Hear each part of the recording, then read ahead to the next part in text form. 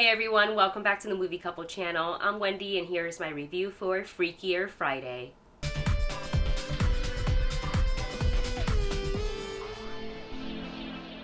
Tess and Anna discover that lightning may indeed strike twice as they navigate the challenges that come when two families merge. Well, here we are. We've got Freakier Friday, sequel to the first one, obviously, Freaky Friday. I actually never thought that we would get a sequel, so this was a pleasant surprise when they announced it, and just watching the trailers, it looked really cute. I love that the original cast returns because I just love watching Lindsay Lohan and Jamie Lee Curtis interact and act on screen. I think they make a really great pair. Their chemistry as mother and daughter is really fun to watch, and a part of me was thinking when they announced Freakier Friday, I hope they can tell a really good story with a lot of heart in it and a lot of fun, and obviously Easter eggs and references back to the first one. I was just hoping that it wasn't going to be some sort of a cash grab.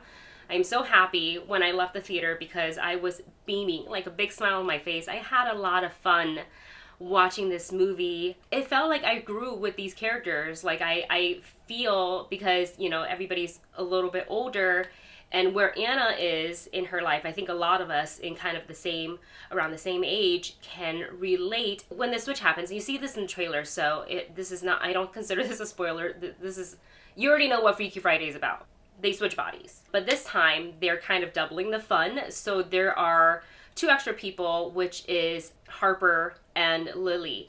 Harper is Anna's daughter, and Lily is Eric's daughter. They're actually telling many story arcs in this movie, and I thought they handled it really well with the pacing, time, writing, and kind of, you know, tying everything in together. So top of the film, we see exactly where Anna and Tess are in their life, quick little update, and then we also kind of get to learn very quickly about who Harper is and sort of Harper's relationship with her mom and her grandmother. So this is all really great, kind of building it up to later on when the big switch happens. And then we have Eric and Lily.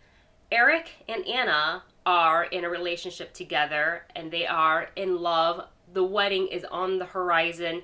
Therefore, Lily and Harper are likely to become stepsisters. However, those two do not like each other, but they are forced to have to get along because their parents are about to get married. And what I love about this movie is you kind of see where Anna is in her life, and she's busy. She's trying to juggle and balance everything, being a single mom, planning a wedding, juggling her career, still being a daughter, and she's, you know, she has a relationship still with Tess. So it's all of that combined.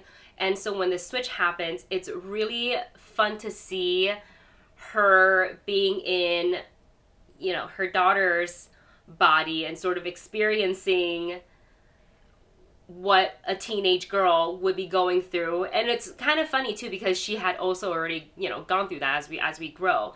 But I think my favorite obviously is watching the teenagers being in the adult bodies and having to, you know, first they were like, oh, we're adults, we can drive, we can have wine if we want to. We make the calls because we're the adults. But they find out that there's a lot of responsibility that comes with it. So I just love seeing the four different points of views and how they sort of realize, oh, I get why so-and-so make decisions this way and that. Another component to this movie is it's almost like there's like a Freaky Friday element, obviously, and then there's a little bit of Parent Trap moment because, so the girls, they don't get along, they don't really want to be stepsisters, but the caveat is Eric and Lily are from the UK.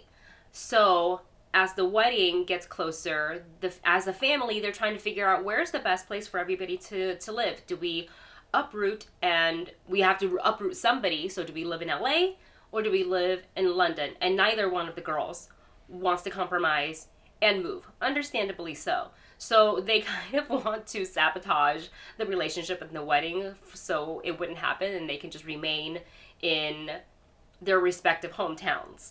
So I really like that. Just adds like an extra dash of chaos into the whole movie.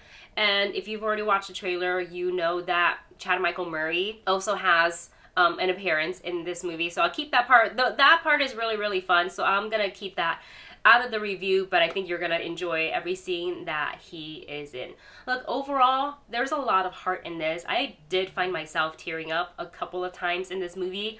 I laughed a lot, and especially I was talking about earlier that we as the audience, when we watched the original Freaky Friday and then watching it again now as Anna and Tess, you know, have gotten older, and you just feel like the parallel. Like, I felt seen with the things that they were saying to me about their experiences, where they are in life. It struck a chord with me in a good way, and I was like, I feel seen. So I feel like this is a great movie to see if you're, one, already a fan of Freaky Friday, and two, like a kind of a perfect mother-daughter outing, or like a sister's outing. I think this is one of those movies that girls can go and have a lot of fun with. So with that said, I'm going to go ahead and give you my rating for Freakier Friday. The movie couple rating system is listed for you in the video description below. Like I said, lots of laughs. I had a ton of fun watching this. This is definitely not just a cash grab. There is a story to tell, and I think they really do a great job doing it. And there's a lot of things that they kind of, you know, call back to the first one, and I'm gonna give this movie a check it out. There you have it. That is my thoughts on the film. Let me know yours in the comment section below. Thanks for watching, and I will see you in the next review.